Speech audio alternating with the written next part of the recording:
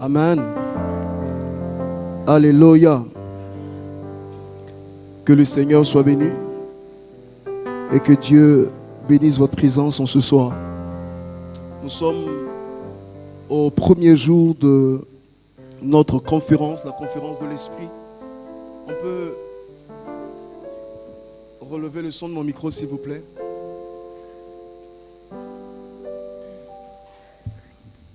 Ok. Nous sommes au premier jour de la conférence de l'Esprit, qui est la Roua conférence. Je voudrais avant tout propos prendre le temps de bénir Dieu pour la vie du Père de la maison. Alléluia. Est-ce que vous pouvez m'aider à bénir le Seigneur pour la vie de notre Père? Est-ce que vous pouvez m'aider à bénir le Seigneur? Alléluia. Bénissons également le Seigneur pour la vie de Maman Conga. Est-ce qu'on peut acclamer Dieu? Gloire à Jésus. Que Dieu soit béni. Je voudrais bénir Dieu pour la vie de papa, pour l'opportunité d'être orateur à cette conférence. C'est une marque de considération, de respect. Je voudrais que vous m'aidiez à dire merci à papa pour cela. Est-ce que vous pouvez m'aider à dire merci à papa, s'il vous plaît? Est-ce que vous pouvez m'aider à dire merci à papa? Merci papa, merci. Merci.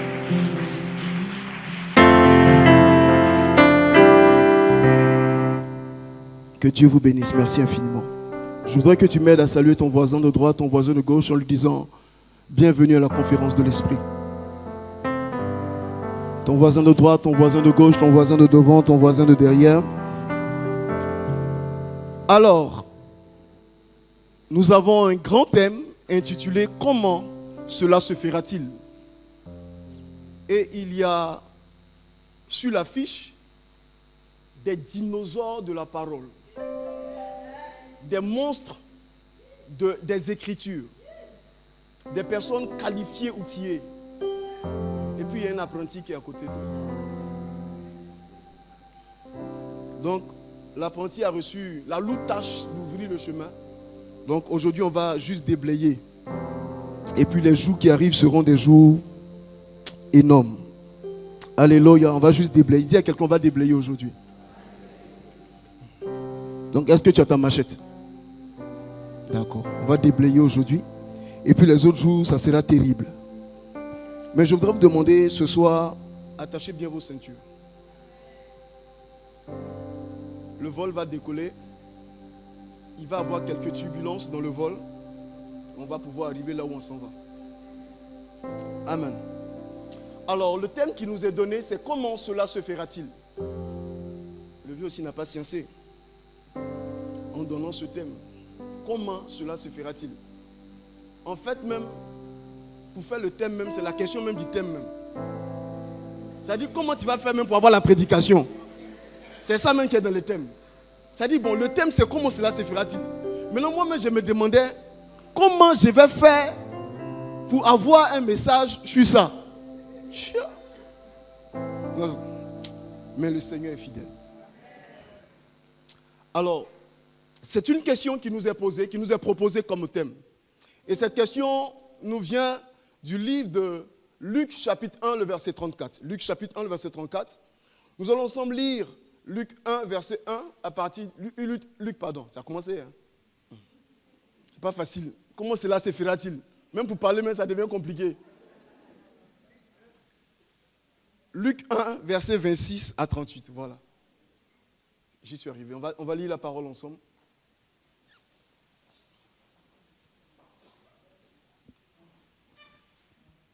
Une, deux, trois. Nous lisons ensemble.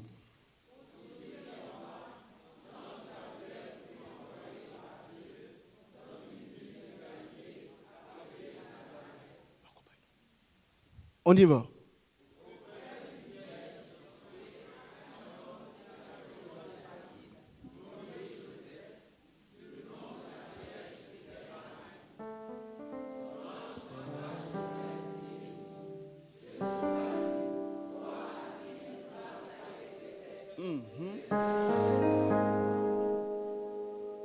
On y va? À cette parole, Marie se demandait ce que pouvait signifier une telle salutation.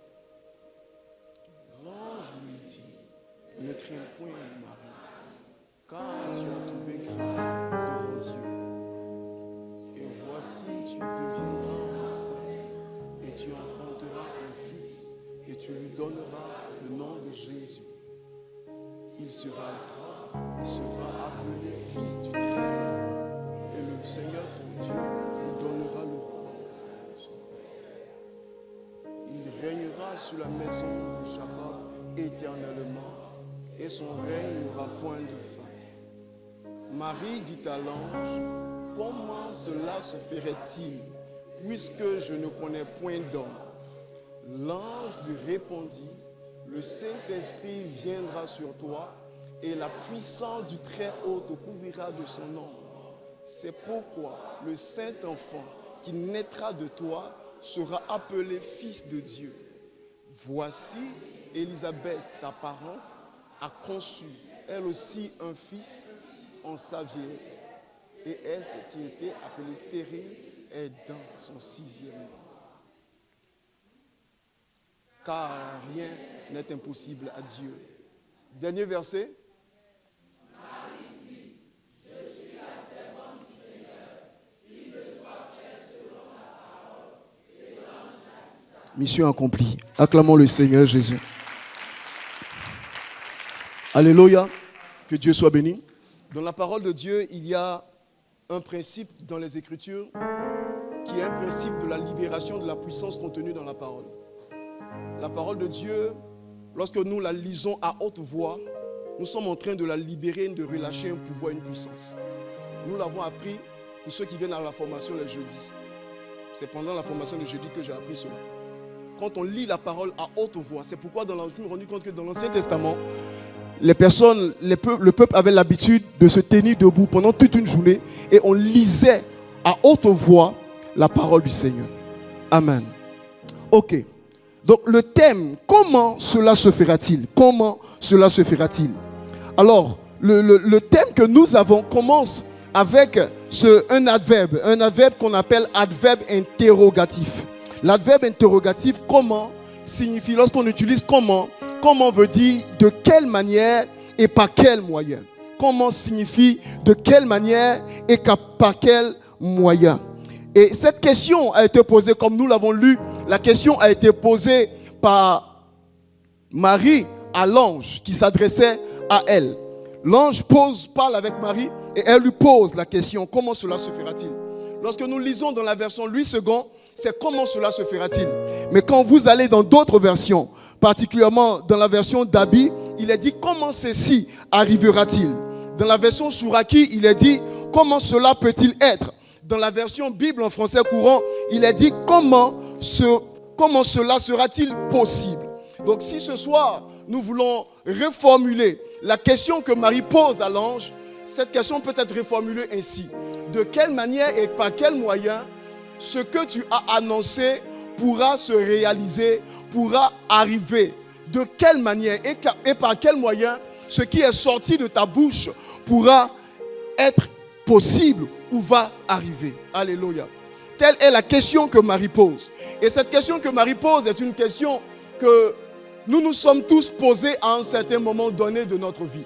C'est une question que nous nous sommes posés parce que nous étions confrontés à certaines situations, à certaines réalités, à certaines difficultés que nous ne savions comment nous devions les aborder, comment nous devons les gérer, comment nous devons les régler, de quelle manière, par quels moyens nous devons arriver à régler ce problème-là. Nous avons été confrontés à ces situations et nous en sommes arrivés, comme Marie a posé cette question.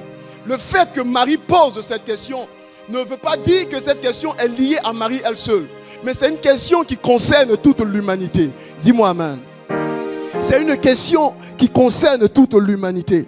C'est une question que chacun de nous s'est au moins une fois posée. Tu t'es déjà dit, mais comment est-ce que je peux faire cela? Comment comment est-ce que je peux résoudre telle situation? Comment est-ce que ce qu'on m'a dit, le songe que j'ai eu, comment ça va s'accomplir? La révélation, la vision que j'ai eue, l'idée que j'ai eue, comment est-ce que cela va se réaliser? Comment cela va prendre forme? Comment cela va se matérialiser? Nous nous sommes tous posés cette question. Alléluia. Il s'agira donc ce soir, pour nous, de pouvoir mettre en relief quelques facteurs qui peuvent emmener une chose paraissant impossible à pouvoir se réaliser. Alléluia. Alléluia. Alléluia. Ok. Luc chapitre 1, versets 26 à 28. Au 6e mois, l'ange Gabriel fut envoyé par Dieu dans une ville de Galilée appelée Nazareth, auprès d'une vierge fiancée à un homme de la maison de David, nommé Joseph. Le nom de la vierge était Marie. La première chose sur laquelle je voudrais attirer ton attention ce soir, qui est nécessaire dans la résolution du comment cela se fera-t-il, la première chose que je voudrais que nous puissions voir ensemble, c'est l'impact des rencontres divines. L'impact des rencontres divines. Lorsque nous sommes dans le livre de Luc chapitre 1, et que l'ange arrive et apparaît à Marie, l'ange est en train de clôturer un chapitre qui était le chapitre du silence de Dieu. L'ange est en train de clôturer un chapitre pendant lequel Dieu n'a plus parlé à ses enfants pendant 400 ans. Dieu ne parlait ni par songe, ni par prophète, ni par ange, ni par quoi que ce soit d'autre. Dieu ne s'adressait plus au peuple. Mais arrivé au temps marqué, au temps indiqué, au temps choisi, Dieu a interrompu ce silence et Dieu a envoyé un ange pour s'adresser à Marie. Alléluia. Dieu a envoyé un ange pour parler de la part de Dieu. La Bible nous dit que le Seigneur a envoyé un ange. Ça veut dire que l'ange n'est pas venu de lui-même, mais l'ange est venu parce qu'il avait un ordre de mission. L'ange est venu parce qu'il avait un ordre, une convocation qui lui avait été donnée par Dieu et qu'il se devait de respecter, qu'il se devait d'honorer. Dis avec moi Amen. Alléluia. Alléluia. Je dis à quelqu'un ce soir, tout ce que Dieu va faire dans ta vie en réponse à l'accomplissement d'une parole, d'une prophétie, d'une promesse qu'il t'aura faite, cela est sous-tendu, cela est contenu par le mystère des rencontres. Cela est contenu par le mystère des rencontres. Si Marie n'avait pas fait cette rencontre, elle ne serait pas sortie de là. Et on ne l'aurait pas connue comme elle est Marie aujourd'hui. À la réalité, chacun de nous est le résultat des rencontres qu'il a eu à faire dans sa vie. Chacun de nous est le résultat des rencontres que nous avons eu à faire dans nos vies. Chacun de nous est le résultat des rencontres que tu as eu à faire. Regarde ta vie. Qui as-tu rencontré? Qui as-tu rencontré? Non seulement le résultat des rencontres que nous avons faites, mais aussi le résultat de ce que nous avons fait de ces rencontres. Parce que pas mal de personnes ont eu la possibilité de rencontrer des personnes qui pouvaient les aider, qui pouvaient changer leur vie, qui pouvaient les emmener à un autre niveau. Mais ces rencontres ont été banalisées, ces rencontres ont été gaspillées, ces rencontres n'ont pas été considérées et ces rencontres ont été perdues. Est-ce que je parle à quelqu'un ce soir? Est-ce que je parle à quelqu'un ce soir? Les rencontres divines sont nécessaires si tu veux voir comment cela peut se faire. Si tu veux expérimenter comment cela peut se produire. Parce que Dieu, pour agir dans ta vie, passera par un homme, passera par une personne. lorsque Israël est confronté à l'esclavage en Égypte et qu'il crie à Dieu, Dieu pour les aider, la Bible dit Dieu a entendu leur cri, mais Dieu lui-même n'est pas descendu. Dieu a envoyé un homme. Alléluia. Dieu a envoyé un homme. Et la manière dont tu traites celui que Dieu a envoyé démontre comment tu traites Dieu lui-même. Est-ce que je parle à quelqu'un ce soir? Alléluia. Alléluia. Lorsque l'ange arrive dans la maison de Marie, ce qui est bizarre, c'est que l'ange, il arrive et il rentre chez Marie. La Bible dit, il entra. Allez-y au verset 26, s'il vous plaît. Il entra chez Marie. Il entra chez Marie. Il connaissait l'adresse de Marie. Il connaissait sa maison. Il savait où elle habitait. Il savait dans quelle ville. Il savait dans quelle rue. Il connaissait sa maison. Et l'ange ne s'est pas trompé d'adresse. Il est arrivé chez Marie pour donner le message que Dieu lui a donné. Quand l'ange arrive chez Marie, l'ange va faire deux choses. La première des choses que l'ange va faire, l'ange va révéler à Marie, en fait, l'identité qu'elle avait. Parce que Marie s'ignorait. Elle pensait qu'elle était simplement une fille de Nazareth. Une fille qui devait le matin aller au puits prendre de l'eau. La tradition de l'église dit que c'est lorsque Marie était au puits que l'ange l'a vue. Et c'est du puits qu'il l'a accompagnée à la maison. Et c'est à la maison qu'il est apparu. La Bible n'en parle pas, mais c'est la tradition de l'église qui le dit. Alléluia. Alléluia. Et l'ange va faire deux choses. Il va d'abord révéler à Marie son identité. Marie s'ignorait. Elle ne savait pas qui elle était. Elle ne savait pas la valeur qu'elle avait. Parce que l'identité qu'elle avait lui donnait librement, directement, une faveur, une grâce, une valeur qu'elle ne pouvait pas imaginer.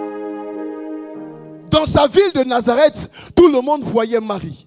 Dans sa ville de Nazareth, tout le monde la voyait comme Marie, fiancée à Joseph. C'était la destinée qui lui était donnée. Mais il ne savait pas que le ciel avait pour elle un agenda supérieur à ce que les gens de cette ville avaient pour elle. Elle-même, elle ignorait ces fêtes-là. Elle ne le savait pas. Donc quand l'ange entre dans sa maison, il lui révèle son identité. Et cette identité révélée va lui donner la valeur qu'elle a. Oh, toi, tu ne dis pas bien amen. Tu ne dis pas un bon amen. Alléluia. Et lorsqu'il lui donne son identité, il lui dit en réalité la mission pour laquelle elle est venue sur terre. Marie n'était pas seulement venue sur la terre pour être l'épouse de Monsieur Joseph. Elle avait cru qu'elle devait simplement être l'épouse de Monsieur Joseph. Donc, quand on a célébré leur fiançailles, elle s'est dit, oh, moi ma vie est gagnée. J'ai eu pour moi, j'ai trouvé mon époux. Je vais m'asseoir dans mon foyer, ma petite vie, mes petits-enfants. Mais elle ne savait pas que le ciel avait un plan au-delà, au-dessus, supérieur à ce qu'elle pourrait, elle n'aurait jamais pu imaginer. En fait, pendant que je suis en train de parler de Marie, je suis en train de parler de quelqu'un ici qui s'ignore, qui croit qu'il est un homme ordinaire, qui croit qu'elle est une femme ordinaire. Mais elle ne sait pas que le ciel a reçu, a arrêté pour elle un plan, un programme, un projet, un agenda qui dépasse de loin.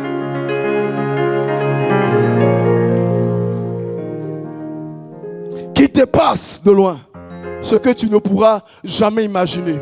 Dans les imaginations les plus poussées de Marie, elle ne pouvait pas penser que ça pouvait être elle, la femme dont Ésaïe parlait. Lorsque Ésaïe disait, la Vierge sera enceinte, elle ne pouvait pas penser. Oh, je veux dire à quelqu'un ce soir, ce à quoi tu ne peux pas penser, Dieu est capable de l'accomplir.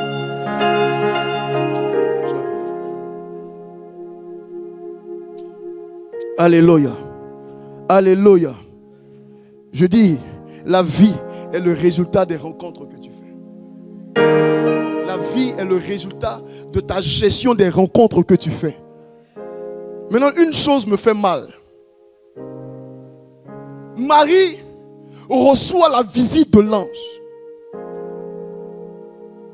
Mais comment Quand nous dormons, ce sont les maris de nuit qui viennent nous visiter. Quand tu dors, c'est une femme de nuit qui vient. Quand tu dors, c'est un peu noir qui vient. Quand tu dors, c'est un cabri volant qui vient. Il y a des personnes même qui se réveillent en sursaut. On dit, il y a quoi? Il dit, je me suis vu dans le songe, j'étais dans une marmite, ils ont allumé le feu en bas. C'est quand l'eau a commencé à bouillir que je me suis réveillé. Et puis il se réveille. Pourquoi dans tes songes, c'est toujours des démons qui apparaissent? Pourquoi dans tes songes, c'est toujours des mauvais esprits qui apparaissent? Pourquoi dans tes songes, c'est toujours des démons, des esprits méchants qui apparaissent? Je suis venu ce soir afin que Dieu puisse inverser les choses. Afin que Dieu puisse changer les choses. Écoute, on ne doit pas continuer à te poursuivre en songe. Les anges doivent commencer à apparaître dans tes songes aussi.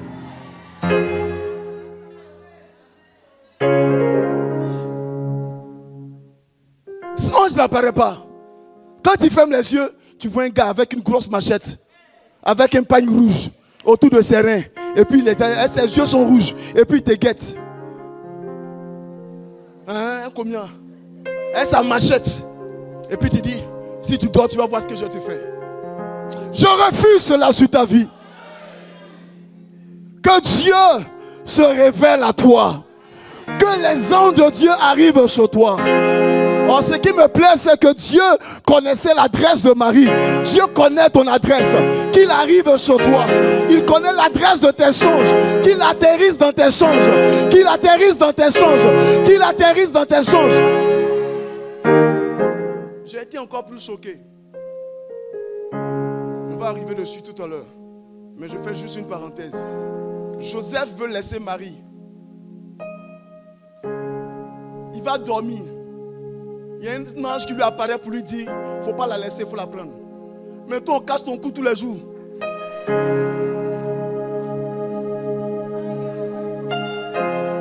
Est-ce que je peux parler librement ce soir? On casse ton cou, il va dormir. Aucun ange ne vient le menacer. Aucun ange ne vient le frayer. Il détourne ton argent. Il vole ton argent. Il va dormir. Aucun ange ne vient lui dire, va donner l'argent. Il y a un monsieur qui a pris la femme d'Abraham. Quand il a pris la femme d'Abraham, il allait dormir. La Bible dit, Dieu lui a dit, donne la femme de cet homme parce qu'il est prophète. Pourquoi toi?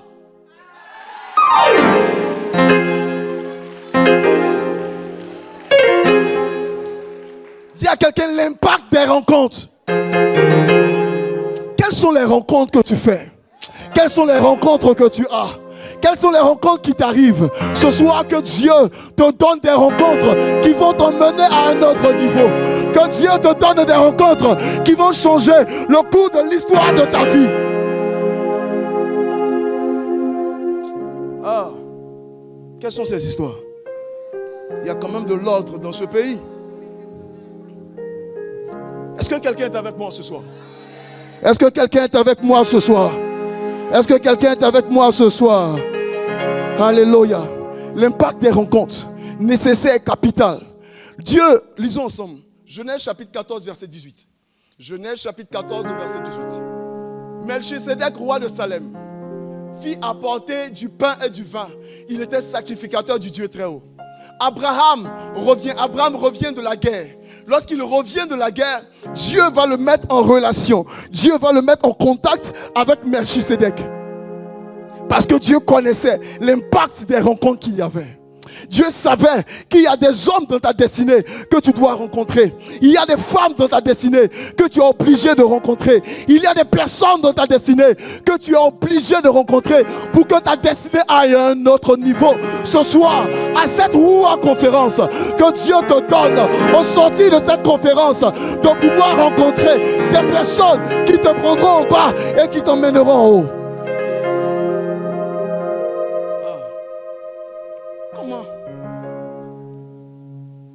Il rencontre Melchisedec. Genèse chapitre 18, verset 1. L'Éternel lui apparut. Non seulement il rencontre Melchisedec, mais après il rencontre encore l'Éternel qui se présente à lui. Que Dieu te donne non seulement de rencontrer des hommes de valeur, mais que Dieu te donne de le rencontrer lui-même. Que Dieu te donne de le rencontrer lui-même. Que Dieu te donne de le rencontrer lui-même. Que Dieu te donne de le rencontrer lui-même. Deuxième exemple. David. 1 Samuel chapitre 16, verset 12 à 13. Isaïe l'envoya chercher. Or, il était blond, avec de beaux yeux et une belle figure. L'Éternel dit à Samuel, lève-toi, oins-le, car c'est lui. Dieu permet que David rencontre Samuel. En fait, Dieu avait arrangé un rendez-vous spécialement pour David. Mais Samuel lui-même ne le savait pas qui il devait rencontrer. Mais les gens ont tout fait pour que celui que Samuel devait rencontrer ne soit pas là. Oh, ce soit que Dieu punisse toutes les personnes qui t'empêcheront d'être au rendez-vous où Dieu veut te connecter avec la personne qui va t'envoyer à un autre niveau. Toutes les personnes qui vont faire exprès pour t'envoyer quelque part, pour t'envoyer en mission, quand ils savent qu'un nouveau DG arrive et que c'est avec toi qui dois travailler. Que Dieu les punisse ce soir au nom de Jésus. Samuel leur a dit, on ne bougera pas d'ici tant qu'il ne sera pas venu. Tant que David n'est pas là, on ne fera pas cette cérémonie, on ne va rien commencer. Que Dieu fasse en sorte qu'il en soit ainsi pour toi. Qu'on ne puisse pas commencer les choses tant que tu ne sois pas arrivé. Parce que Dieu a prévu d'établir une rencontre pour toi. Alléluia. Alléluia. Première chose, David qui rencontre Samuel. Et Samuel le oint. On y va. 1 Samuel 16, verset 18. 1 Samuel 16, verset 18. L'un des serviteurs prit la parole et dit, voici, j'ai vu un fils d'Isaïe, Bethléemite, qui sait jouer. C'est aussi un homme fort, vaillant et guerrier, parlant bien et d'une belle figure. Et l'Éternel est avec lui. Et l'Éternel est avec l'un des serviteurs. Précisément, l'un des serviteurs du roi. Ta destinée dépend de ceux qui te voient. Je dis, ta destinée dépend de ceux qui te voient. Ta destinée dépend des yeux qui te voient. David était un grand joueur de harpe. Mais ses spectateurs, c'était les moutons, c'était les cabris, c'était les bœufs, c'était les ours, c'était les lions. Ses spectateurs ne pouvaient pas l'emmener quelque part. Mais le jour où, dans son auditoire, il y a eu un nouveau spectateur qui venait de la maison du roi. Lorsque ces spectateurs l'ont vu, c'était les mêmes sons que David jouait d'habitude. C'était les mêmes choses que David faisait, les mêmes sonorités, les mêmes mélodies. Mais ce jour-là, il y a eu un autre œil qu'il a vu. L'œil de quelqu'un qui était sur le roi, qui avait la capacité de parler de lui au roi. Oh, qu'un autre œil te voit, qu'un autre œil te voit, qu'un autre œil te voit, qu'un autre œil te voit, qu'un autre œil voit ton travail. Ton travail est bon, mais ça dépend de qui te voit. Tu chantes bien, mais ça dépend de qui te voit. Tu prêches bien, mais ça dépend de qui te voit. Tu évangélises bien, mais ça dépend de qui tu vois. Tu coupes bien les habits, mais ça dépend de qui te voit. Que Dieu te donne des hommes qui viennent de la maison du roi. Que Dieu te donne des personnes qui viennent de la maison du roi. Au nom de... Alléluia. 1 Samuel 16, verset 21. Lorsque David fait cette rencontre avec cet homme qu'il a vu, au verset 21, au verset 18, on parle de lui au roi. Au verset 21, il rencontre le roi. David arriva auprès de Saül et se présenta devant lui. Il plut beaucoup à Saül et il fut désigné pour porter ses âmes. Donc David, depuis il était chez les bergers, il a rencontré Samuel. Après cette rencontre, il a fait la rencontre de quelqu'un qui travaillait chez le roi. Après cela, il a rencontré le roi lui-même. Juste 3 personnes. Que Dieu te donne 3 personnes. Oh, que Dieu te donne 3 personnes. Que Dieu te donne 3 personnes. Que Dieu te donne un Samuel. qui va te oindre, qui va relâcher la grâce de Dieu sur toi. Et ce soir, il y a un Samuel sur ta vie. Tu as un Samuel sur ta vie. Et ton Samuel, c'est ton père, le révérend Blaise Kanga. Je libère cette onction sur toi. Revêtu de son manteau, revêtu de sa grâce. Je libère cette onction sur ta vie. Je relâche cette onction sur ta vie. Et que Dieu te donne quelqu'un qui vient de chez le roi, quelqu'un qui mange avec le roi, quelqu'un qui parle avec le roi, quelqu'un qui échange avec le roi. Et puis pas quelqu'un qui échange, mais quelqu'un qui est capable de convaincre le roi.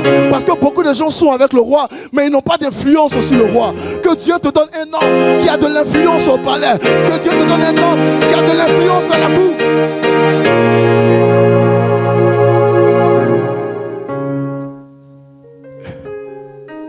Ça va? Maintenant, David rencontre Saül. Mais ça ne s'arrête pas là. Parce que Dieu veut l'emmener plus loin. Mais maintenant, je veux te dire qu'il y a des types de rencontres qui ne vont pas venir comme tu t'y attends. Il y a des rencontres qui vont venir sous la forme de combat. Il y a des rencontres qui vont venir sous la forme de combat. Il y a des rencontres qui vont venir sous la forme d'attaque, sous la forme de conflit, sous la forme d'oppression. David rencontre Goliath. Mais c'est la victoire de David sur Goliath qui va le révéler et l'établir. Que Dieu te donne de remporter des victoires sur des géants. Que Dieu te donne de remporter des victoires sur des géants. Ton amen m'embête ce soir. Alléluia. Alléluia. Deuxième chose. Premièrement, c'était quoi? L'impact de quoi? L'impact des rencontres divines. Deuxièmement, Luc chapitre 1 verset 27. Luc chapitre 1 verset 27.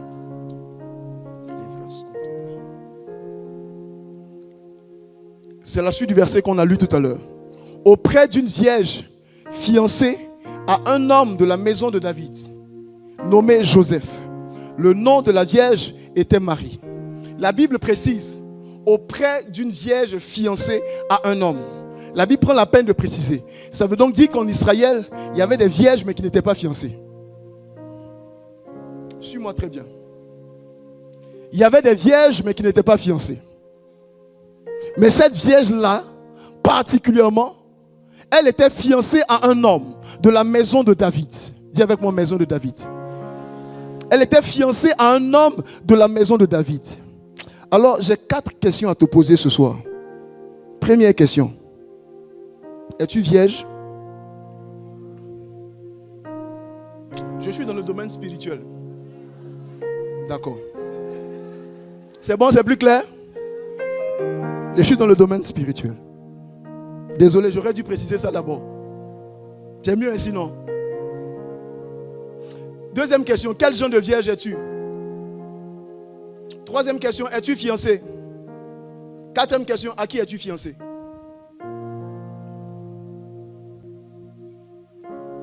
La deuxième chose, après la nécessité des rencontres divines, après l'impact des rencontres divines, la deuxième chose, c'est d'être fiancé à la bonne personne. La deuxième chose, c'est d'être fiancé. La Bible dit que Marie était fiancée à un homme de la maison de David. Non seulement elle était vierge, et deux, elle était fiancée. Ce soir, je repose ma question. Es-tu vierge spirituellement, s'entend? Es-tu fiancée? Et à qui es-tu fiancée? Quelqu'un veut que je lui donne mon micro? Mais la question est trop difficile à répondre. Alléluia. Alléluia. Alléluia. Le thème être fiancé, en anglais se traduit par l'expression to be engaged. To be, maman c'est ça? To be engaged. Tu parles anglais, c'est bien. To be engaged. Donc, être fiancé, en anglais se dit to be engaged. To be engaged est traduit en français littéralement être engagé. Donc, à la réalité, quand je suis en train de te demander, es-tu fiancé? Je suis en train de te demander, es-tu engagé? Parce que chez les Hébreux et dans la pensée anglo-saxonne, être fiancé, c'est être engagé.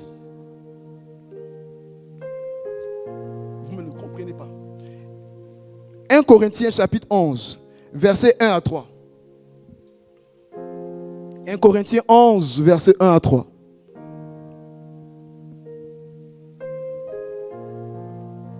Non. C'est plutôt 2 Corinthiens, je pense. Autant pour moi. C'est plutôt 2 Corinthiens. C'est plutôt 2 Corinthiens. 2 Corinthiens, chapitre 11, verset 1. Wow. Il est écrit, si vous pouviez, merci, oh, si vous pouviez supporter de ma part un peu de folie, mais vous me supportez, car je suis jaloux de vous d'une jalousie de Dieu, parce que je vous ai fiancé à un seul époux, pour vous présenter à Christ comme une vierge pure. Donc, dans ce texte, Paul est en train de nous dire à qui il nous a fiancés. Quand je pose la question, à qui es-tu fiancé? Marie était fiancée à Joseph, qui était descendant de la maison de David. Mais ici, nous avons celui-là même qui est le Shiloh. Et c'est à lui que Paul dit qu'il nous a fiancés. Alors je repose ma question. Es-tu engagé à suivre Christ?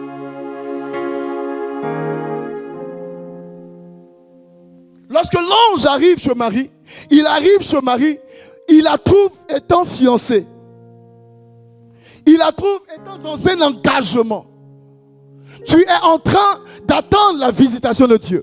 Tu es en train d'attendre le mouvement de Dieu. Tu es en train d'attendre l'action de Dieu. Mais Dieu se demande, est-ce que tu es engagé à faire comme moi?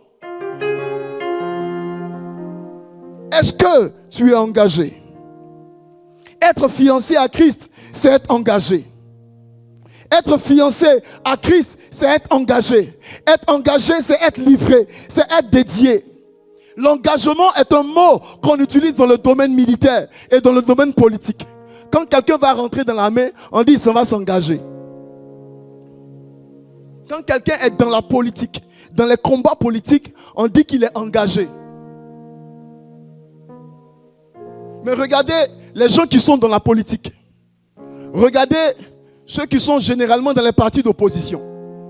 Regardez comment souvent ils sont maltraités. Regardez comment ils sont frappés, emprisonnés, torturés. Mais quand on les fait sortir, ils se reposent un peu. Quand ils sont guéris le lendemain, quand il y a un meeting, tu les vois là-bas. Mais dis-moi, quelle est la nature de ton engagement avec Dieu? Quelle est la nature de ton engagement? Tu poses la question, comment cela se fera-t-il? Mais je te pose une question en retour. Quelle est la nature de ton engagement avec Dieu? Es-tu engagé à suivre Dieu? On se dit engagé, mais à peine un vent, à peine une épreuve, on est découragé, on ne vient plus à l'église. Quel genre d'engagement vous parlez? De quel genre d'engagement vous parlez? De quel genre d'engagement? De quel genre d'engagement? À qui êtes-vous fiancé? Parce que là où tu manifestes ton engagement, c'est là qu'il te demande à qui tu es engagé. En vérité, on proclame, on professe être fiancé à Christ, mais en réalité, on est fiancé à d'autres choses. Parce qu'on n'est pas engagé et on ne le démontre pas. Cet engagement doit être visible, doit être appréciable. Alléluia. L'engagement d'une personne pour Dieu doit se voir. Si tu es engagé pour le Seigneur, on doit le sentir. Le Seigneur doit le sentir. Tu ne peux pas être engagé pour Dieu, venir au culte à 11h, à 10h, à 9h30. Pendant que tu sais bien que le culte commence à 8h.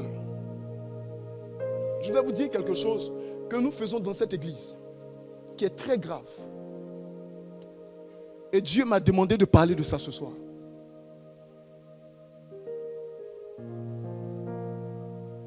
Levez, je vais te demander pardon.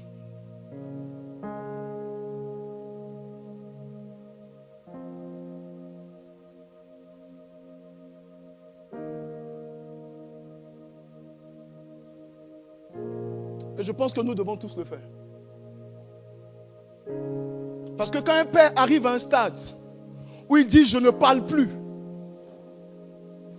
quand un père arrive à un stade où il est capable de dire au micro, moi je ne parle plus, je vous regarde seulement, je ne parle plus, c'est grave.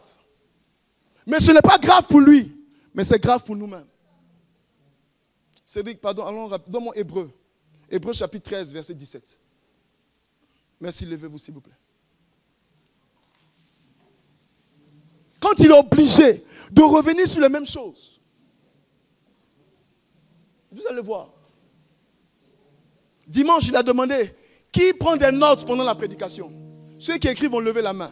Ceux qui n'écrivent pas ont levé la main.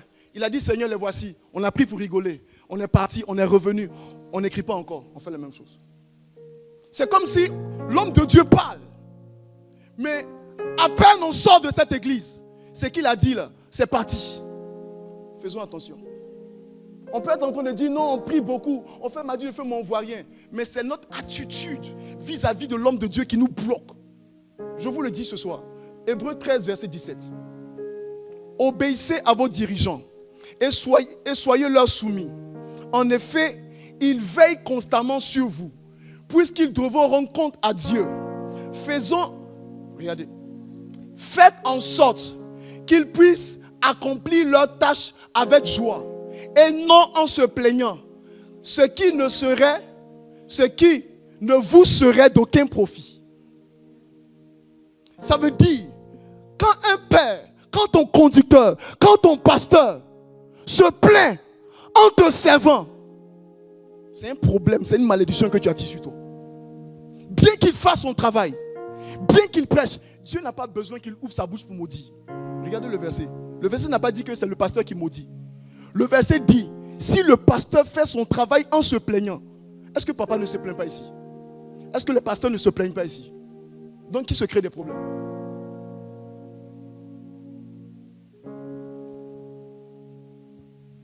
Ce soir, je voudrais qu'on se parle. Qu'on se parle et qu'on soit tous.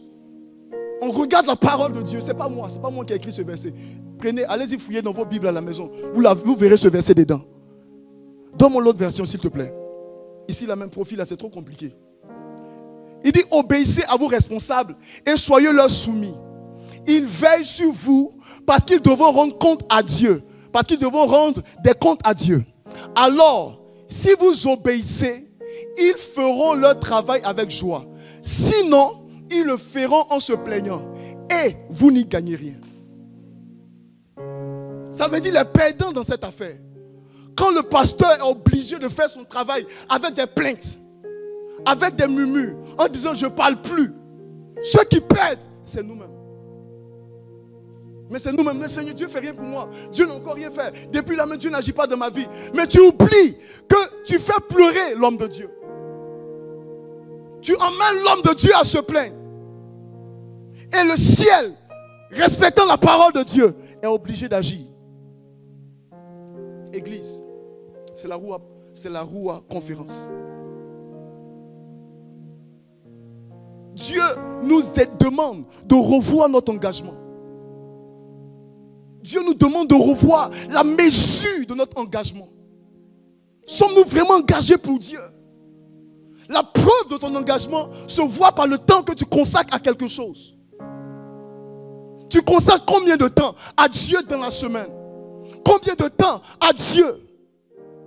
Il y a des personnes qu'on ne voit une seule fois par mois, une seule fois. Mais eux aussi tout à l'heure ils ont dit je suis engagé, je suis fiancé à Christ. Maman Gba a parlé dimanche des familles. Il y a des personnes jusqu'ici aujourd'hui, ils sont dans cette église. Leur nom est sur des listes des familles, mais ils ne font jamais réunion. Mais eux aussi, ils se disent engagés. On veut aller de l'avant, on veut progresser avec Dieu. On veut voir de nouvelles choses. Commençons à appliquer ce que Dieu nous demande. Es-tu fiancé à Christ? Cela doit se voir. Comment une fiancée, petit problème, tu abandonnes ton fiancé. Parce que tu n'as pas l'argent de pommade, tu dis à ton fiancé, Jésus, c'est fini, j'ai fini, tu m'as laissé tomber, tu m'as pas... Mais c'est quel mariage ça?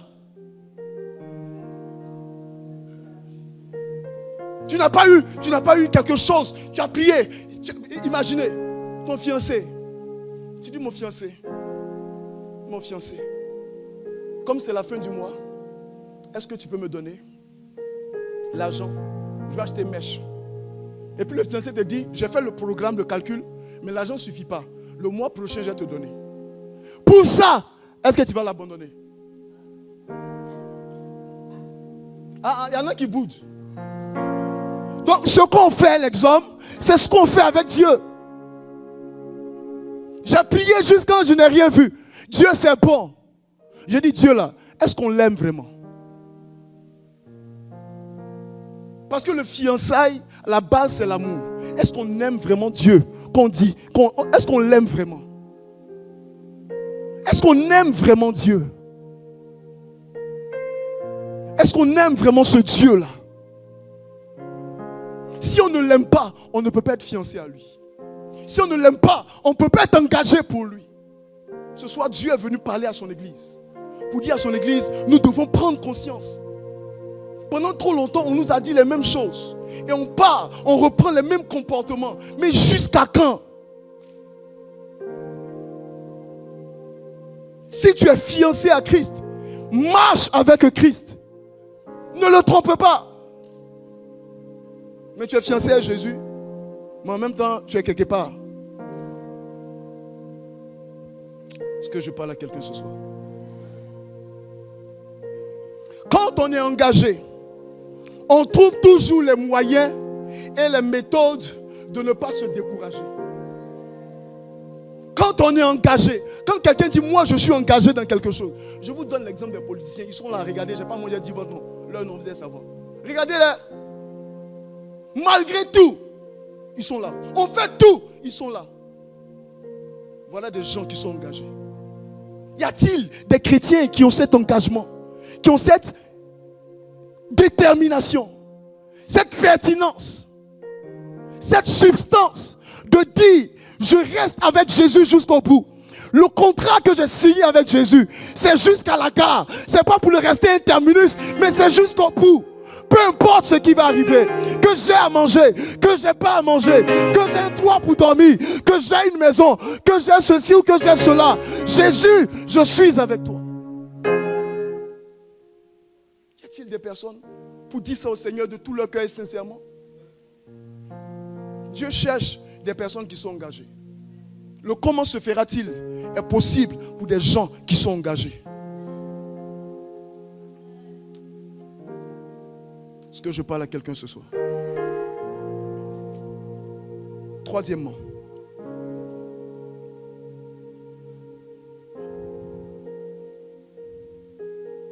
Luc chapitre 1, verset 28 à 30. Luc chapitre 1, verset 28 à 30. L'ange entra chez elle et dit, je te salue, toi à qui une grâce a été faite. Le Seigneur est avec toi. Je te salue, toi à qui une grâce a été faite. Le Seigneur est avec toi. À ce chapitre, je voudrais vous parler de l'importance de l'élection de la grâce. La première des choses, c'était d'abord l'impact des rencontres. La deuxième des choses, c'était être fiancé à Jésus. Être engagé pour Jésus.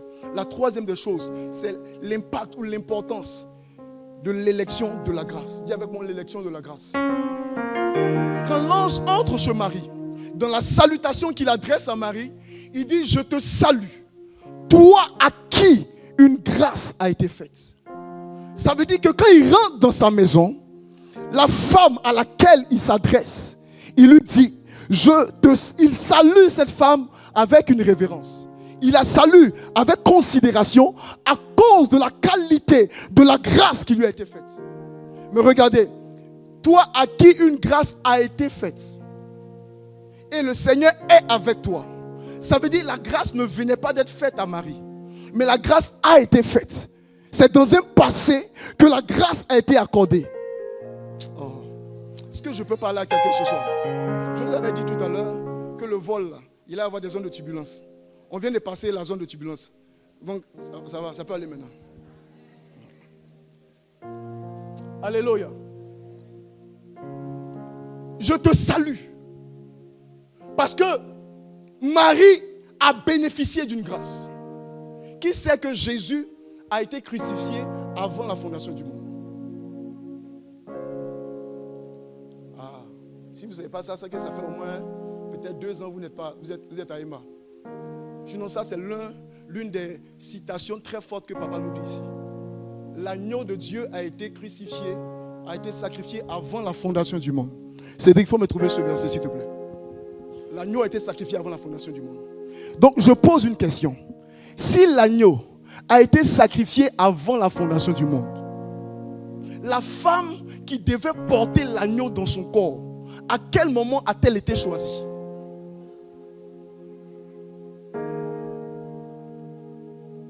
Je pose juste une question. Si l'agneau a été sacrifié avant la fin du monde, avant le début, avant la fondation du monde, si l'agneau l'a été, Dieu est un Dieu de dessein, de plan et de but. Dieu ne fait pas les choses chaque jour. C'est-à-dire il fait pour aujourd'hui et puis demain matin il fait encore. Non. Dieu est un Dieu qui fait les choses longtemps à l'avance. Donc cette femme-là, ce n'est pas le jour où l'ange est venu chez elle qu'elle avait été choisie. C'était simplement le jour où on était venu l'informer de la mission qu'elle devait remplir. Mais l'élection de cette femme, voilà, Apocalypse 13, verset 8. Et tous les habitants de la terre l'adoreront, ceux dont le nom n'a pas été écrit dès la fondation du monde, dans le livre de vie de l'agneau qui a été immolé. Donc, leur nom n'a pas été écrit dans le livre de vie de l'agneau qui n'a pas été immolé. L'agneau a été immolé dès la fondation du monde. Alléluia. Alléluia. Vous ne me comprenez pas? Vous ne me comprenez pas? Cette femme, Marie, a été élue, choisie avant la fondation du monde. Qu'est-ce qui me permet de le dire? Jérémie 1, verset 5. Jérémie 1, verset 5.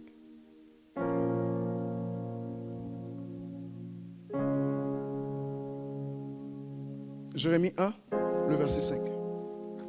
Je vous parle de l'élection de la grâce.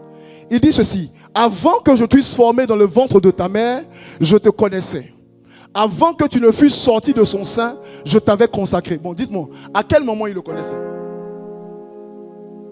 À quel moment le connaissait-il? Il dit, avant que je t'eusse formé dans le ventre de ta mère, je te connaissais. Écoutez, la connaissance que Dieu a de toi n'est pas le jour où tu es arrivé ici à Emma. La connaissance que Dieu a de toi n'est pas arrivée le jour où tu es venu te dire j'accepte Jésus comme mon Seigneur et mon Sauveur. La connaissance que Dieu a de toi n'a pas commencé aujourd'hui. La connaissance que Dieu a de toi est une connaissance qui dure depuis des millénaires. Dieu te connaît depuis l'éternité. Il dit avant que tu ne sois formé dans le ventre de ta mère, je te connaissais. Et avant que tu fusses sorti de ton sein, je t'avais consacré. En fait, l'élection de la grâce est le choix préférentiel de Dieu. Que Dieu fait, que Dieu décide de faire sans regarder à toi, à tes qualités, à tes valeurs, à tes choix, mais à lui-même Dieu. Il regarde à son amour, il regarde à sa bonté, il regarde à ce que lui-même il est Dieu et il te choisit. Ça ne dépend pas de toi. L'élection de la grâce a pour fondement la souveraineté de Dieu. La souveraineté de Dieu est la prérogative qui lui permet de ne devoir rendre compte à personne. Ça veut dire même s'il t'a choisi, personne ne peut se lever pour dire pourquoi tu as choisi cette femme-là. Dieu s'en fout de ça parce qu'il n'a de compte à rendre à personne. Je suis venu dire à quelqu'un, avant que tu ne sois dans le ventre de ta mère, Dieu t'avait choisi, Dieu t'avait mis à part, Dieu t'avait déjà apprêté. Le choix dont tu jouis aujourd'hui n'a pas commencé maintenant. Est-ce que je peux aggraver? Est-ce que je peux aggraver? En fait, Dieu nous a choisis avant que nous le choisissions. Dieu nous a choisis avant que nous le choisissions. Marie avait été choisie avant que l'ange ne vienne chez elle.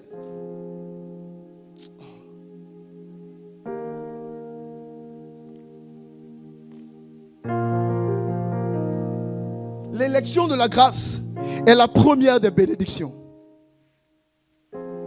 Parce que dans l'élection, ça veut dire que Dieu, dans son conseil est un conseil immuable. Le conseil de Dieu, il y a Dieu le Père, il y a Dieu le Fils et il y a Dieu le Saint-Esprit. Aucun ange n'est dans son conseil. Donc dans son conseil, Dieu a décidé de te choisir toi. Je ne comprends pas encore. Ça veut dire Dieu, il a fait le choix de te prendre toi pour t'emmener à l'accepter un jour. Avant que tu te donnes ta vie à Jésus, Jésus avait déjà programmé et décidé que toi, tu devais lui donner ta vie. Avant que tu commences à aimer Jésus, lui, il avait déjà commencé à t'aimer. Il t'a aimé avant que tu ne sortes du ventre de ta mère. Et Marie avait été choisie dans ce cadre. Elle avait été choisie avant la fondation du monde, dans l'éternité. Depuis cette époque, elle avait été choisie, mise à part. Comme Marie, toi aussi, tu as été mise à part. Je vais te dire quelque chose de plus lourd encore. Est-ce que tu es prêt? Marie n'a pas été choisie parce qu'elle était la fiancée de Joseph. C'est parce que Marie a été choisie à l'avance qu'elle a été la fiancée de Joseph. En fait, l'élection de la grâce te conduit là où Dieu veut que tu ailles selon le plan qu'il a déjà établi pour toi. Quand Dieu t'a élu dans sa grâce, quand Dieu t'a élu selon lui-même son plan, pas selon toi, pas selon tes capacités, pas selon ce que tu es capable de faire, mais selon ce que lui est capable de faire avec toi, c'est lui-même qui te conduit là où tu dois arriver à faire le choix que tu devais faire.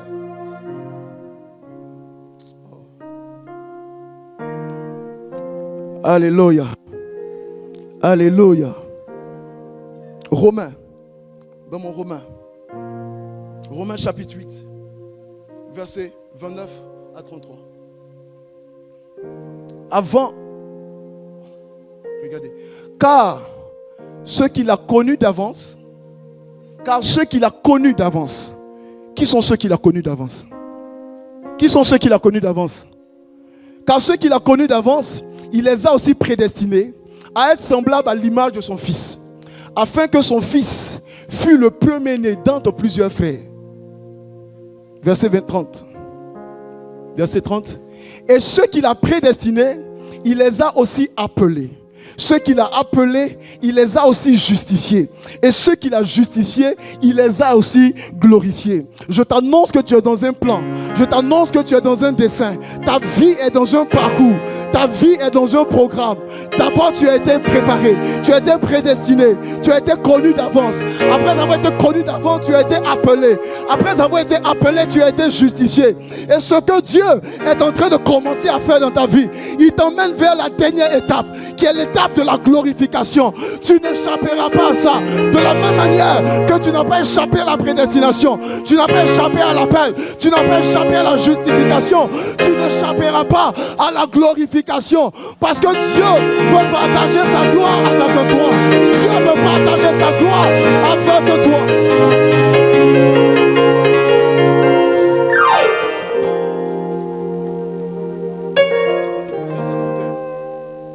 Verset 31. Que dirons-nous donc à l'égard de ces choses? Si Dieu est pour nous, oh mon Dieu, Dieu est pour ceux qu'il a appelés. Dieu est pour ceux qu'il a appelés. C'est pourquoi si quelqu'un s'élève contre toi, il est mal barré. Si quelqu'un t'acombat, il est mal barré. Si quelqu'un te fait la guerre, il est mal barré.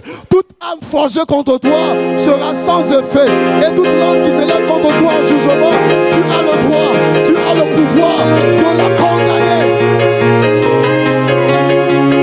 Si Dieu est pour nous, si Dieu est pour nous, qui sera contre nous? Si Dieu est pour toi, et je t'annonce ce soir que Dieu est pour toi, que Dieu est pour toi, Dieu est pour toi, Dieu est pour toi, Dieu est pour toi.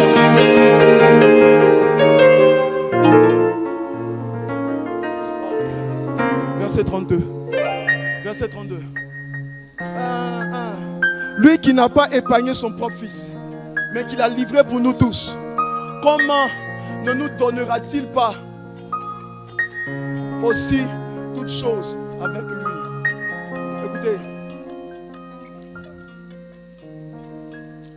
Les Ivoiriens disent, si tu as mangé la tête. Donc s'il a déjà donné Jésus, qui est le joyau du ciel, qui est le trésor de l'univers, s'il a déjà donné, qu'est-ce que Dieu n'est pas capable de te donner?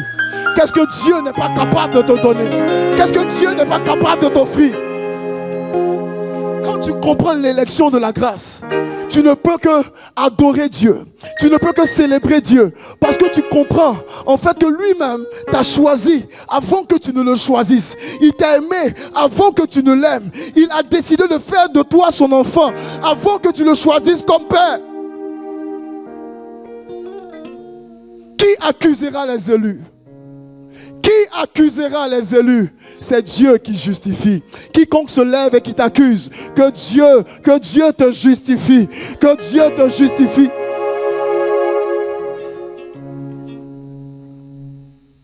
Le temps est en train d'avancer.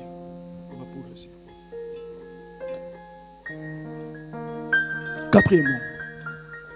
Quatrièmement. Luc chapitre 1 verset 38. Le prix du sacrifice. Nous sommes en train de parler sur comment cela se fera-t-il. Première des choses, l'impact des rencontres. Deuxièmement, être engagé, fiancé à Christ. Troisièmement, l'élection de la grâce. Quatrièmement, le prix du sacrifice. Marie dit, je suis la servante du Seigneur, qu'il me soit fait selon ta parole. Et l'ange la quitta. Dieu est bizarre. En fait, lorsqu'il est venu faire son approche, il a mis la fille dans des problèmes. Mais Marie, elle est dangereuse. Normalement, ça, on doit faire un débat dessus. Parce que quelqu'un vient et puis te dit, tu vas porter l'enfant de quelqu'un d'autre. Ça existe, non, les mères porteuses. Normalement, quand c'est comme ça, qu'est-ce que tu fais?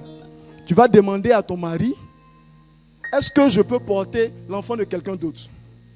Mais ça dit Dieu même, là, souvent il aime mettre les palabres entre les gens.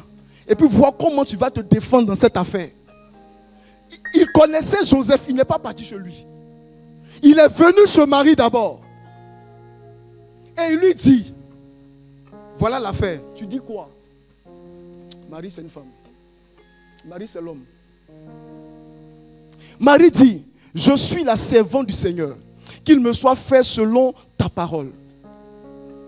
Ça veut dire qu'elle n'a pas cherché à savoir si Joseph allait être d'accord ou pas. Elle s'en foutait de ça. Elle n'a pas cherché à savoir est-ce que Joseph va, comment il va prendre ça? Est-ce que la nouvelle va le choquer? Est-ce qu'il ne va pas mener des enquêtes d'abord avant d'accepter? Mais quand l'ange lui a présenté le projet, elle a adhéré au projet. Dieu cherche des gens qui seront prêts à adhérer à son projet quand il va le leur présenter. Des gens qui ne vont pas trop discuter, des gens qui ne vont pas trop raisonner, mais qui vont adhérer à son projet. Mais en fait, le plus difficile même, c'était même pas qu'elle puisse perdre son coco Joseph. Le plus difficile, Deutéronome 22, verset 20. En fait, en acceptant de porter un enfant, alors qu'elle n'était pas encore mariée, Marie courait le risque d'être tuée.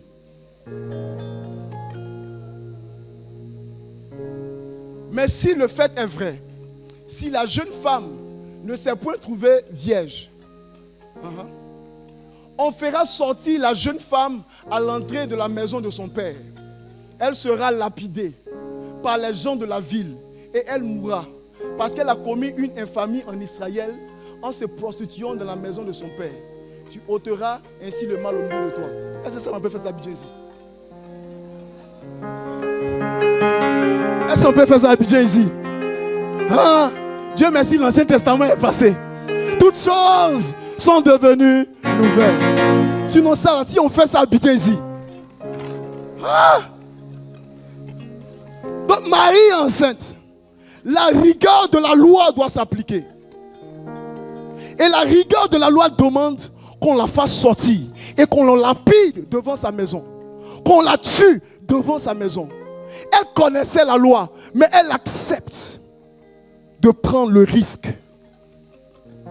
Ceux qui veulent voir des choses arriver dans leur vie doivent être des personnes qui sont prêtes à payer le prix du sacrifice. Ceux qui ne sont pas prêts à voir de grandes choses ne payent pas de prix, ne se sacrifient pas. Il n'y a rien. Mais elle était prête à tout. Parce qu'on lui a dit, il y a un projet éternel sur toi. Il y a un ordre éternel sur toi. Tu dois porter la gloire de Dieu. Tu dois porter le Fils unique de Dieu. Elle savait que c'était un honneur qui n'était pas donné à toutes les femmes en Israël. Et qu'après elle, personne n'aurait cet honneur. Elle était prête à risquer même sa vie. Tu veux voir des choses arriver, mais tu n'es pas prêt à payer le prix du sacrifice. Ta promesse pour s'accomplir va demander un sacrifice. Ta prophétie pour s'accomplir va demander un sacrifice. Va demander que tu sacrifies quelque chose. Le sacrifice peut être en argent. Le sacrifice peut être en sommeil. Le sacrifice peut être de tout ordre. Mais Dieu exigera que si tu veux voir des choses arriver dans ta vie, que tu entres dans une dimension de sacrifice. Tu ne peux plus continuer à opérer sous le même niveau et puis voir les mêmes choses. Albert Einstein a dit, celui qui fait les mêmes choses et qui s'attend à un autre résultat, son nom là, c'est un fou.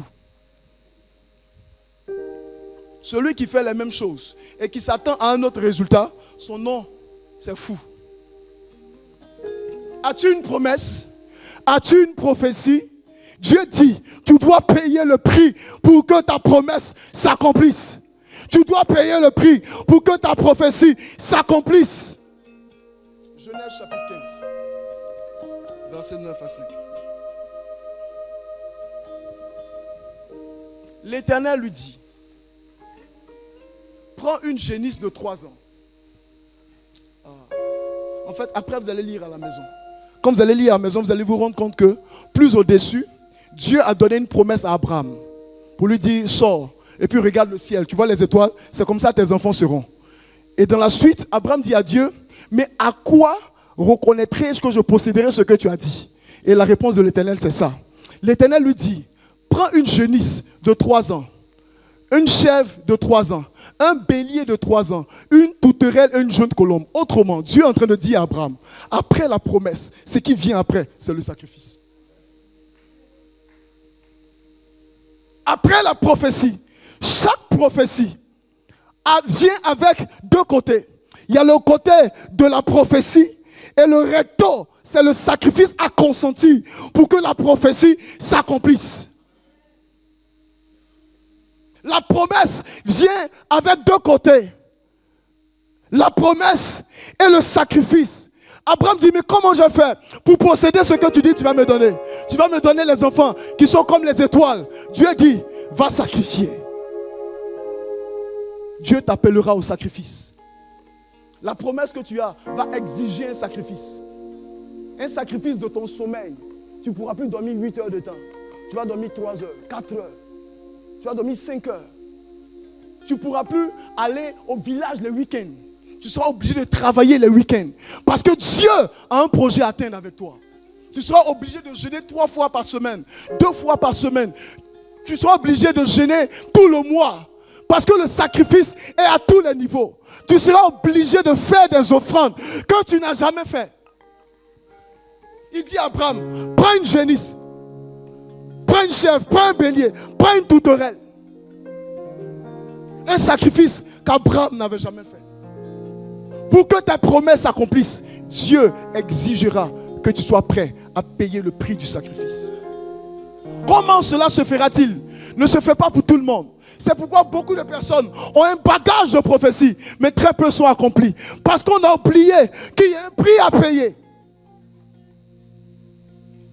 On a oublié cela. Que Dieu soit béni. Je termine là. Là, c'est fini. On va atterrir maintenant. Non, attachez vos ceintures. Numéro 5. Luc chapitre 1, verset 34 à 36. Marie dit à l'ange, comment cela se fera-t-il, puisque je ne connais point d'homme? L'ange lui répondit, le Saint-Esprit viendra sur toi et la puissance du Très-Haut te couvrira de son ombre. Reviens au verset 34. La question que Marie pose à l'ange est une question pertinente. Mais c'est une question, l'ange l'a regardé et puis il a commencé à rire. Ouais, j'étais à côté. J'étais pas loin de là et je suivais la scène. En fait, Marie, écoutez-moi bien, Marie ne connaissait qu'une seule manière pour avoir un enfant. Or, en réalité, il n'existe pas une seule manière pour avoir un enfant. Aïe, aïe, aïe. Marie dit à l'ange, comment ça va se faire? Parce que je ne connais point d'homme. C'est vrai, Joseph est là, mais on ne dort pas ensemble, on n'habite pas ensemble. Donc ça ne peut pas arriver. L'ange la regarde et puis l'ange sourit. Vous vous rappelez, quand Zacharie a posé la même question, on l'a chicoté, il est devenu muet. Mais quand Marie a posé la question, l'ange a répondu. Parce que l'ange a compris que la question de Marie, par rapport au niveau qu'elle avait, était compréhensible. Il dit à Marie, en fait, ce qu'il a dit à Marie, je vais vous le dire. Dieu a plusieurs moyens pour emmener les hommes au monde. Mais Dieu a révélé une seule méthode aux hommes. Tu m'as pas bien compris. Je reprends. Dieu a plusieurs moyens pour emmener des hommes dans ce monde. Mais Dieu a révélé une seule méthode aux hommes. Et c'est ce que vous et moi on connaît. Cette seule méthode-là, c'est la méthode que Marie connaissait. Donc quand l'ange vient, puis l'ange lui dit, tu vas porter un enfant, elle dit, ce n'est pas possible. Parce que la seule méthode que je connais, on ne peut pas l'appliquer maintenant, à l'instant là. Dans le futur, oui, mais maintenant, ce n'est pas possible. L'ange sourit, parce que l'ange a été témoin des autres méthodes que Dieu a déjà faites. La première méthode que Dieu a fait, c'était dans le jardin d'Éden quand il devait créer Adam. Quand il devait créer Adam, Adam n'avait pas de papa, Adam n'avait pas de maman. Mais Dieu l'a créé et Dieu l'a emmené à l'existence, Dieu l'a emmené à la vie. Il n'a pas eu besoin que Adam n'a pas de papa humain. La Bible dit qu'il a pris la boue et il a fait l'homme. Mais c'était la première méthode. La deuxième méthode par laquelle Dieu emmène les hommes sur la terre, Dieu a fait coucher Adam. Et Dieu a pris la côte pour créer un deuxième homme. En fait, l'ange regarde Marie. Et puis il lui dit, Marie, en fait tu ne sais pas que le Dieu que tu pries est un Dieu qui a différentes méthodes. Il n'est pas limité dans ses méthodes. Il n'est pas limité dans ses choix.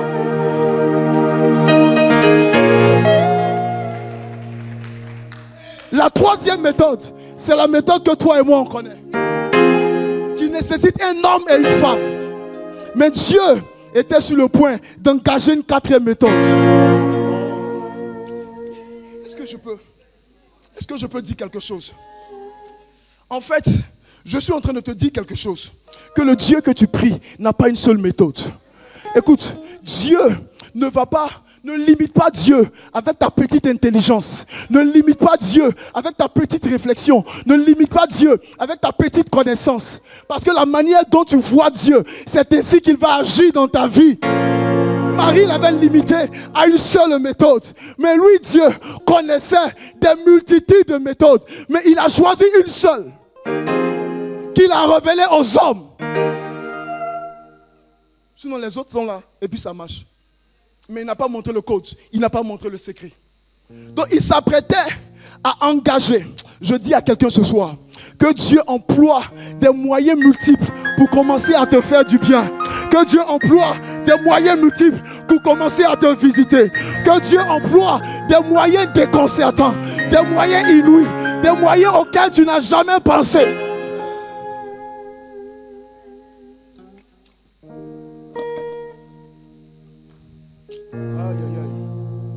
Qui a dit que pour acheter une maison, il faut avoir de l'argent? Dieu est capable de te donner une maison sans argent. Qui a dit que pour avoir une voiture, il faut avoir de l'argent? Dieu est capable de te donner une voiture sans que tu aies acheté. Mais dans ta tête, tu as dit, si je n'ai pas d'argent, je ne peux pas avoir de maison, je ne peux pas avoir de voiture. Oh, nous avons un Dieu qui est illimité, qui est illimité, qui est illimité, qui est illimité, qui est illimité, qui est illimité. Même parce que tu l'as classé dans la section, il faut avoir de l'argent. Il attend quand tes économies vont grossir pour te donner la voiture. Qui t'a dit que pour voyager, il faut avoir déposé le visa?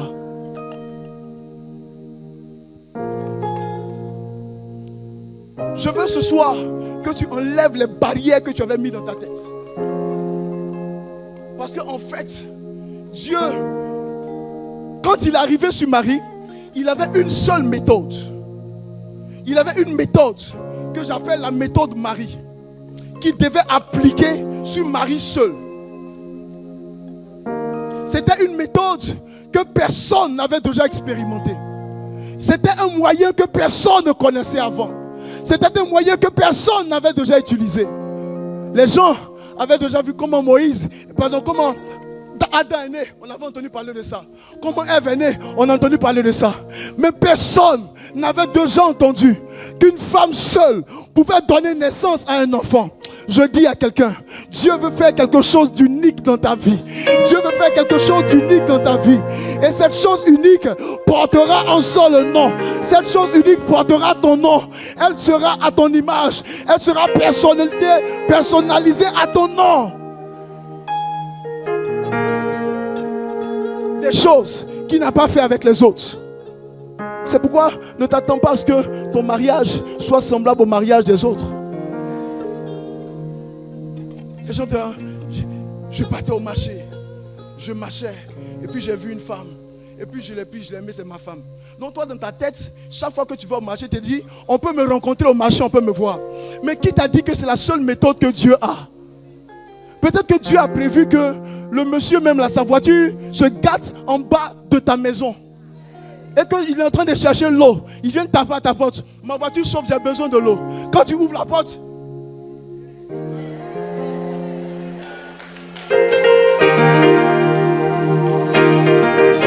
il ne sait plus ce qu'il va demander. Je dis à quelqu'un, Dieu est un Dieu de multiples méthodes. Alléluia. Alléluia. Alléluia. Alléluia. Alléluia. Alléluia. Alléluia. La méthode que Dieu emploie, la méthode 4, c'est la méthode où le Saint-Esprit viendra sur toi et la puissance du Très-Haut te couvrira de son ombre. En grec, on l'appelle epikaizo. Epikaizo, qui veut dire que l'ange va te couvrir. Lorsqu'on parle de epikaizo, on parle du niveau le plus élevé de la manifestation de la puissance de Dieu. Lorsqu'on parle de epikaizo nous ramène à Genèse chapitre 1, le verset 2. La Bible déclare, Dieu a créé les cieux et la terre. Et l'Esprit de Dieu se mouvait au-dessus des eaux. Le mouvement de l'Esprit de Dieu au-dessus des eaux est ce qui est rendu dans le Nouveau Testament par epikaizo. À la réalité, par epikaizo, lorsque la couverture, l'ombre est venue sur Marie, il y a eu acte de création dans le sein de Marie. En fait, quand il y a epikaizo, il y a création. Que Dieu ce soir emmène dans la vie de quelqu'un cette ombre, cette couverture qui va te couvrir et qui va emmener dans ta vie la création dont tu as besoin. Est-ce que tu peux te tenir debout? Est-ce que tu peux te tenir debout ce soir?